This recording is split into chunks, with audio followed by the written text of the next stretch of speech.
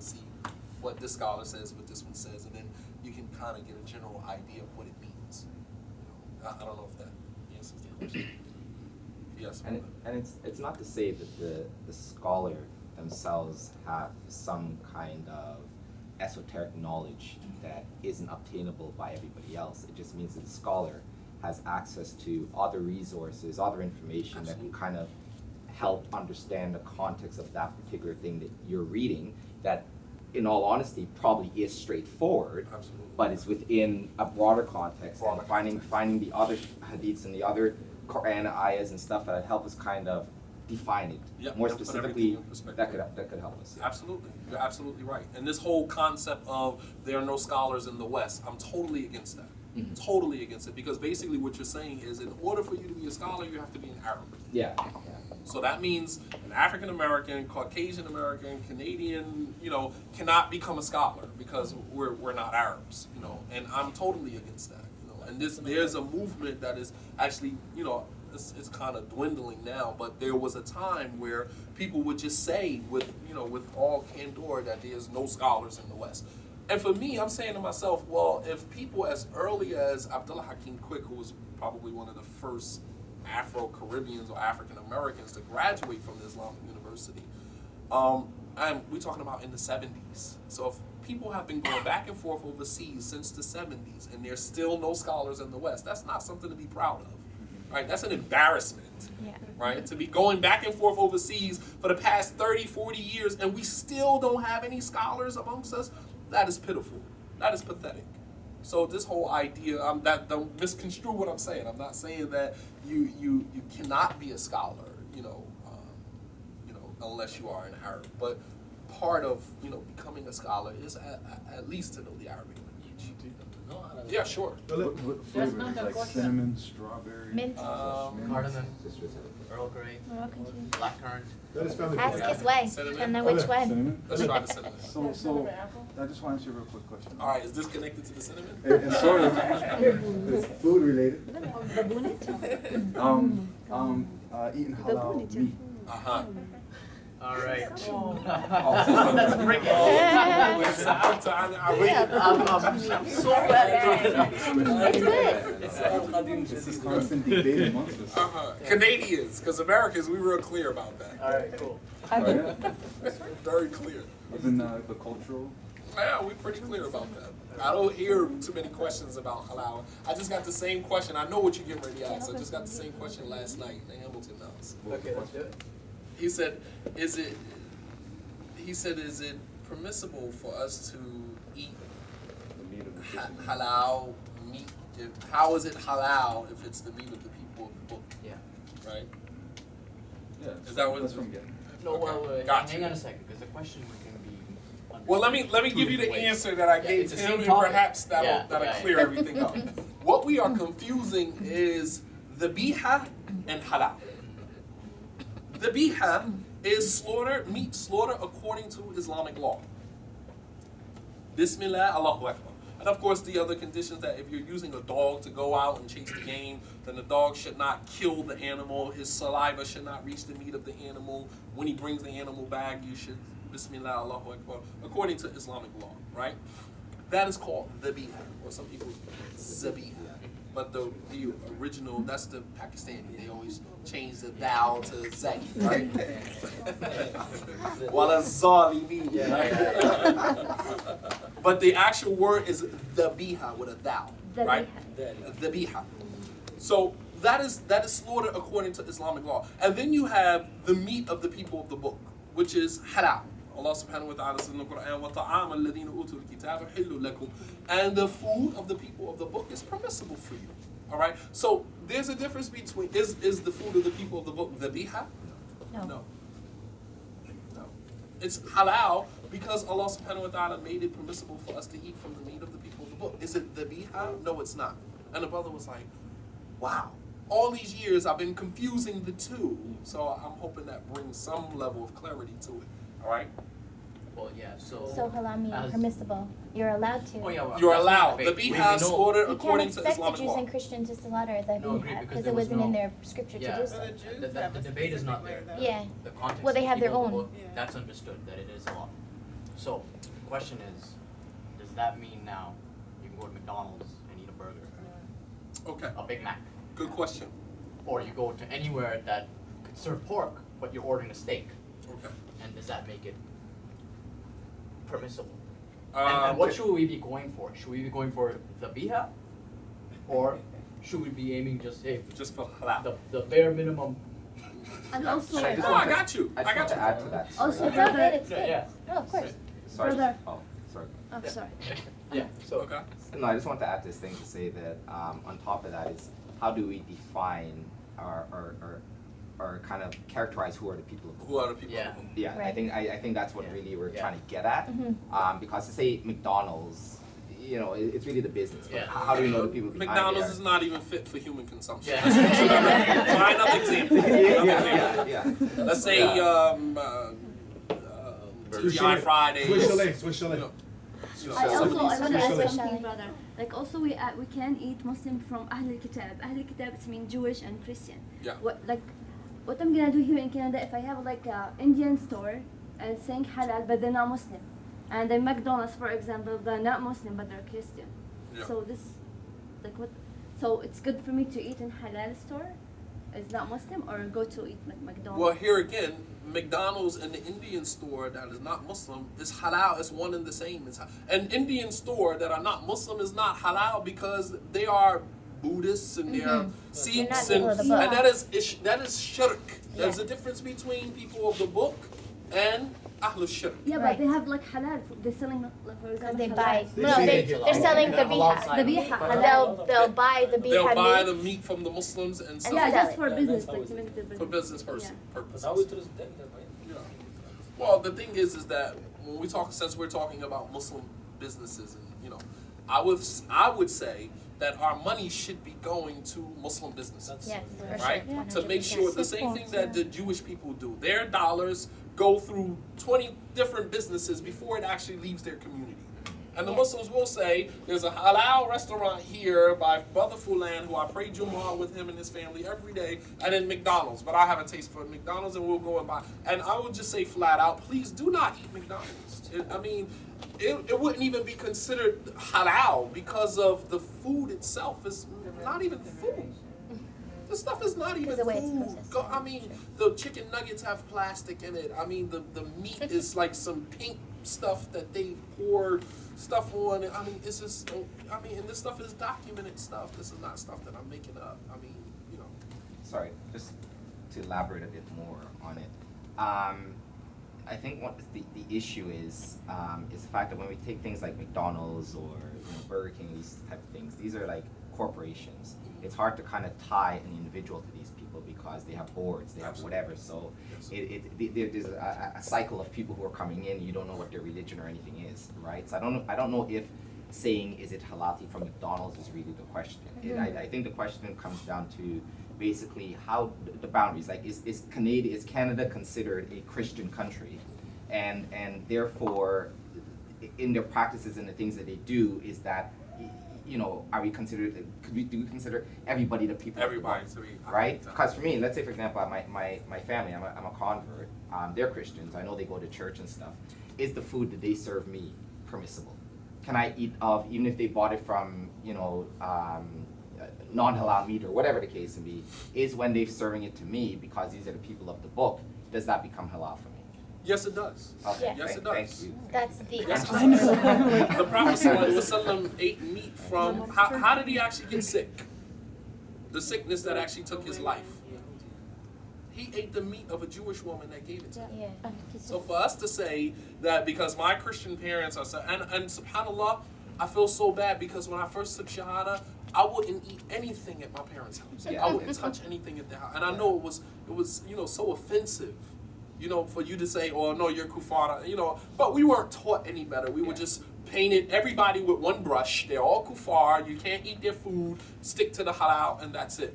And then, this young convert, enthusiastic, overzealous, you go home to your family and you say, I can't eat from your utensils because y'all cook pork with that. And they're looking at you like, boy, we raised you.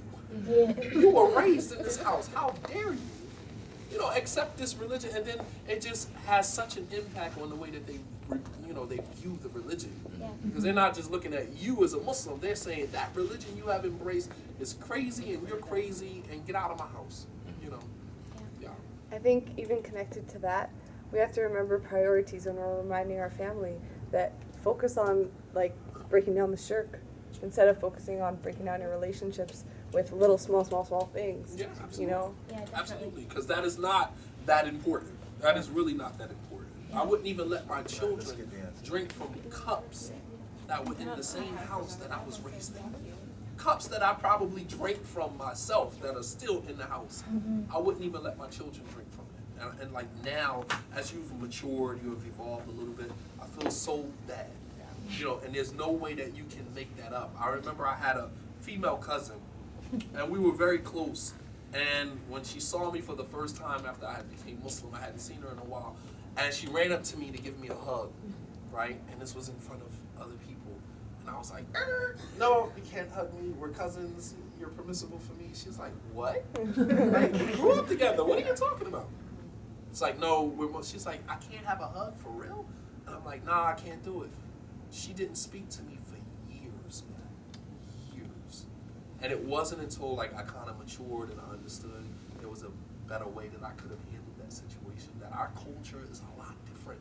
And before we start to introduce these little trivial issues to our families, we should kind of focus on the bigger things, the bigger things. You could let her hug you, I have family members that don't care. I don't care. I know I ain't supposed to hug you. Come here. And they hug you anyway. You sitting there like, all right, okay.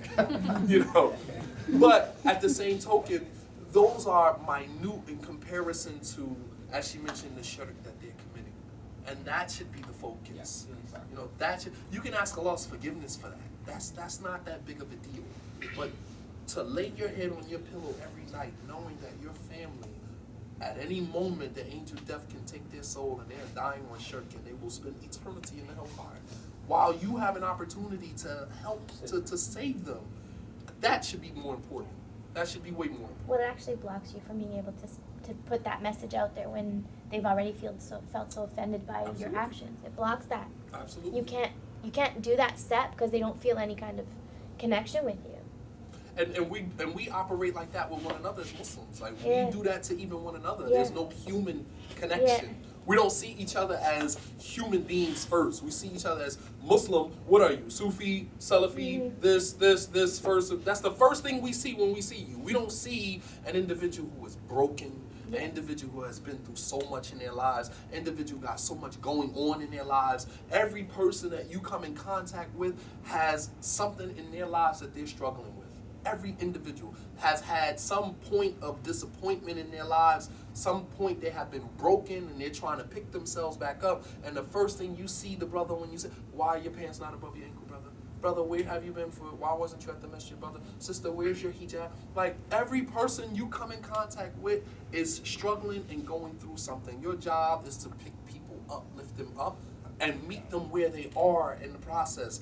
Not set the bar up here and then hold everybody to your standard. It doesn't work like that. The Prophet ﷺ would meet people exactly where they were and not putting any more pressure on that individual. That is something they have to live with in their lives. If this person chooses not to do this or do that, that is something that is eating away at them, their life. They don't need somebody else. I know what's wrong in my life. I don't need you to come and point that out. I don't need you to come and tell me, brother, you need to start doing. I know what I need to do. Just show me how to do it, right? I don't need you to tell me what I'm doing wrong. Just show me how to do it right. That's it. Yeah. I'm sorry to keep coming back to the same point, but we didn't get. All that didn't convince you. I was trying to take you all in another direction before I ended this. See, the thing, I appreciate everything you're saying. Believe me, I'm paying attention to everything you're saying. It's just that there's this ongoing debate, and I know it's like this Culture. About the halal and haram. Culture that he's affected. At the end of the day, it becomes a matter of personal preference. Right. Because you can't force somebody else No, absolutely. to see your position, right? So now it becomes a matter of personal preference. So you feel that you answered that question, according to as much as knowledge as I, because what happens is we just kind of keep circling Yeah, around the you same will. issue, which is why I'm saying at this juncture, it's a matter of personal preference. Right. If you decide that I'm going to eat McDonald's and I'm going to shop here and shop here, who am I to come and tell you you're wrong? That is something that you believe that you are doing right. Know that every decision that you make, you will be questioned Right. by Allah subhanahu wa ta'ala. So how you answered the question is enough for you. Yeah. It's according to the amount. I can only answer based upon the limited knowledge that I have. Right. So if the answer was not sufficient, then maybe possibly there's more information that you are seeking about the issue that I probably don't have. So, hang on a second. Would you eat at Canyon Creek?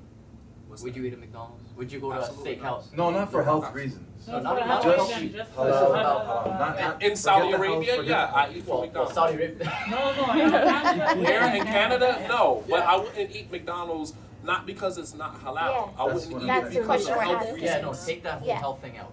Okay. Okay. Yeah. Would I eat Would from you there? go to a If regular they were steak? using regular grade A, restaurant, if they a were restaurant. using grade A sirloin steak in their burgers, would you eat at McDonald's? Yes, absolutely. Okay, that's Not the in Saudi question. Arabia, but here. Here. Here, Absolutely. Absolutely. As well. I eat at So then TGI why- Fridays. We go Yeah. to What's you the know issue? Longhorns. Yeah. We go.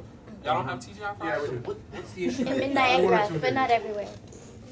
Yeah, so. So I mean I eat from non-Muslim restaurants. I do Okay, so you Because of the dalil that you brought in the Quran.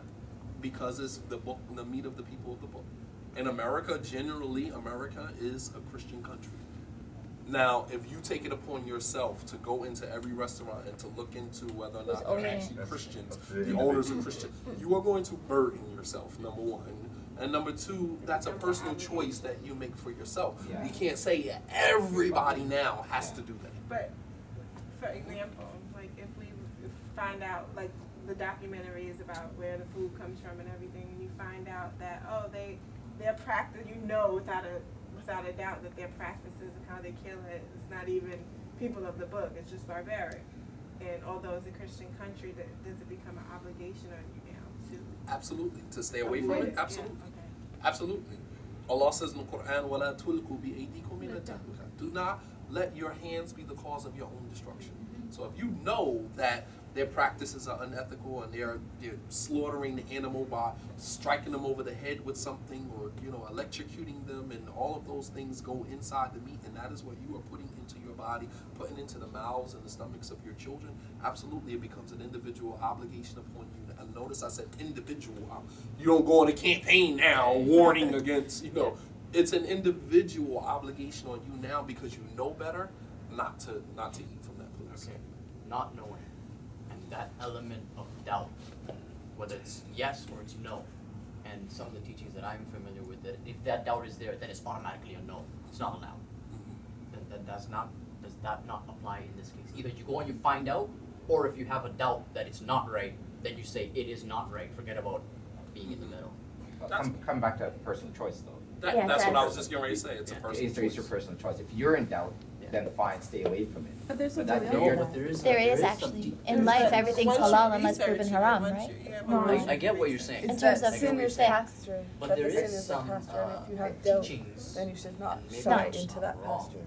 Oh yeah, but that's true. The isn't gray. there even a hadith Yeah, behind it you that- read that, if there's some, if you have an element of doubt that the origin or something is not right for you, then that doubt makes it wrong for you. Which again, come back, it might be wrong for you because you have that That's doubt, your right? doubt. Mhm. I think what's happening in our community is just the fact that sometimes I don't think we're seeking the answers because we want to know what is good and what's permissible for everybody so everyone can enjoy. We're seeking to kind of validate our viewpoint and then want to Yeah. impose all that on everybody else, right? Yeah. And I never understand why that's a concern. If you have the doubt, stay away from it. Mhm. Plus, done, right? You can advise your brother to say, hey, look, you know what? I stay away from this because of such and such, if they ask, Yeah. right? But to go on a campaign and then all of a sudden say, putting out emails and things and saying this is wrong, like you're putting so much anxiety, so much stress on your brother. Right. And these are the things I think we have to consider more, Absolutely. about what we're doing to our other brothers and our sisters, more than the fact of thinking that we're championing Islam by doing this, because I don't think we You're do. you're 100%. Because Yeah. there's Okay, there's a so- situation I'm aware of in Toronto. There's the brothers from Jamaat Tabligh. They have a huge network of followers, and that they've now got their council of imams to make something called the HMA, Halal Monitoring Authority. So basically, what they're basically saying now is if any meat in Toronto isn't from their imam slaughtered in their organization, then every other Arab, Pakistani, whoever else has meat. If it didn't come from them, then it's haram. And that's what they're doing that now. And we think personally that it's all a business thing. So. But Imam Nafis was talking about that years ago, that the meat that even that the Muslims are bringing into their grocery stores is not halal, just simply because Zabihah. No, you're right. Simply because of how it's raised and the laws here that are imposed on our slaughterhouses that create situations where the meat is no longer not even halal because they have to stun the. So then I mean halal. I'm saying halal. I'm not saying Zabihah. I'm saying the meat itself is haram because of how it was processed. Because there are laws that cause the like for example for cattle before they slit the throat they force them to be stunned or shot in the head. This makes the meat haram because you're punishing the meat before you've done the Zabihah. So I mean haram, not even the Zabihah. So there was a point where the Imam Nafis actually brought it up and said even the meat you're buying in the halal butcher shop, it's not halal because of the laws that are imposed upon us by the country we're living in. So then is it an obligation to like eat organic? Exactly. So then does but that become exactly. an obligation? Exactly. So this is like it's all like it's such a big. Okay, so I just wanted to say now that we have all you business people here, you guys should get rid of all this stuff here, and we should open up our own halal market. Because you guys are very passionate on making the halal, super halal food. Okay. One more thing, sorry. We talked about Zabihah, we talked about halal. So then why not just halal is okay? Why are we having permissible? Zabihah is a Muslim slaughtered halal meat. Yeah. But halal means permissible, right? Halal literally means it's okay for us. Okay, so that's what the are we difference. aiming for? So What do you mean? What's the difference between Zabihah and What am halal? I aiming for here? Obviously, we should aim for the Zabihah. Okay. Obviously. Okay. Yeah. And in what situation do you say, I got, let's say, 4 restaurants in front of me. One of them is Zabihah. The other one is halal. Go Zabihah. Which one? Zabihah. But I like the halal. My taste buds want me to go there. It's a matter of personal. But the thing is that the same thing that he mentioned is that a lot of times and students of knowledge do it all the time. They'll come and they'll say, Sheikh, what is the Islamic ruling on XYZ, right? And then the Sheikh will give him an answer specifically for him, and he'll come and he'll translate it and put it on the internet and impose it on everybody. It's the thing is that if that is, you asked a question for yourself. You didn't ask for me because I have access to scholars, I have access to people of knowledge. If I wanted to know, then I would have asked for myself. If you go and you ask a question and you receive an answer, that it is applicable to you and only you. But the problem we run into is that when we get that, we become the vanguards of Islam and the Sunnah now, and now we're going to translate it and impose it on everybody. And that becomes the problem. So it's a matter of personal preference. If you saw, and I'm asking you, if you saw 4 restaurants in front of you, one Zabihah and the other 3 halal, what would you do? Zabihah is the safest way. For you. For you. Yeah, Okay. So if I decided that today I don't really want, chicken and rice from the Zabihah place. I want a steak. Right? I want a steak. Or I want a burger from the halal place. Am I sinful for doing that? Is it a sin on me for doing that? No, because it's halal. No, I'm saying, like, if we were in the car together, me and you in the car, and 4 restaurants in front of us, and you said, I'm going to the Zabihah, it's halal, that's where I'm going to get my... I said, like, I had chicken and rice last night, I don't want chicken and rice, I want this right here. Like, when we get back in the car after getting our orders from 2 separate stores, are we still cool? You still want to take me home, or I got to find a ride, right? To answer for ourselves.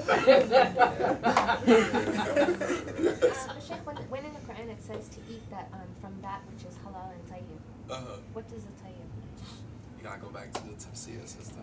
Sorry. Okay, one last question. Is this about halal? No, nothing. Alhamdulillah, you changed the subject. It's about business, and now we all in business, and since we are in business, as you said, we should help our Muslimin. The Prophet, how much we should put the Prophet, and my personal experience and my thing is that like looking at Hajj today right now, the Hajj has become a business for all of our Muslim brothers and sisters. And right now, while we are in business, we are selling our products. Do we go in that way? Like right now, what the travel agencies and all the sheikhs and they are selling the Hajj packages in that, or should we stick to less and better and to help our Muslims? What do you mean, like The not knowing what profit, a how much can we keep profit? Should we keep as much as we want, or should we keep it little helpful to everybody? I think that's a matter of personal preference. No one can give you one standard answer that you should save this much, or you should collect this much. No, not saving. When For you're selling the example, I product. got the pack of tea $2. It's costing me. Now, can I sell it $20 or can I keep it $5? You can sell it. You can sell it for whatever you want to sell it for. Maybe a It's good now analogy your is property. So The The Hajj. Prophet Is that ﷺ Hajj or said that Bakr? the person who is selling his product, you can sell it for whatever you want to sell it for. okay. And it should be, of course, within the what is known as an Within urf. a limit, yeah. What is normal in that society. Like you're not gonna take a box of tea that you paid wholesale $3 for and sell it for $60. In this society, you would be considered majnoon for doing something like that. Crazy. Right? But there is the concept of supply and demand. Like in Eid al-Adha, the cost There you of the go. lamb rises Yes, because there's a absolutely. demand for it. Absolutely. So is this halal? Is this Yes, it is. permissible? Absolutely. Yes, it is. So I would start with wrong. No, it's supply and demand. When If you you have see that 5 everybody- goats to everybody sell to needs it, 20 yeah, people, Because it's within the culture of the society that you live in. It's not unethical in our culture to do that. If you grew up in a society where that was considered as something like this is capitalism at its best right here. So this is the society that we grow up in where when it becomes a demand for something, the price rises for it. That's the society that we live in, and everybody knows it. And no one makes any qualms. They don't have any issue with that. But for example, in another society where they're not used to doing that, and let's say you took your practices, right, to Pakistan or to Kandahar and other places where maybe they don't do that, and then you took your American practices there, they would probably kill you for it because they would see you as someone who is capitalistic and capitalizing on the society. But that's where you come from. But you can't go to another society that practices foreign to them and begin to implementing those things in that society. But if in your society, if that's how it goes down, then it is what it is. We don't make any issues about the prices being raised up for lambs on the Eid. We want to slaughter, we pray for it, we find the cheapest place or the most affordable place and we slaughter. We don't make any issues out of it. If it was an issue for Muslims, we would have boycotted and we been protesting and warning people against it, but we don't make any issues out of it because we understand that is the nature of the culture that we live in. You guys have been great. I'm exhausted. Thank you.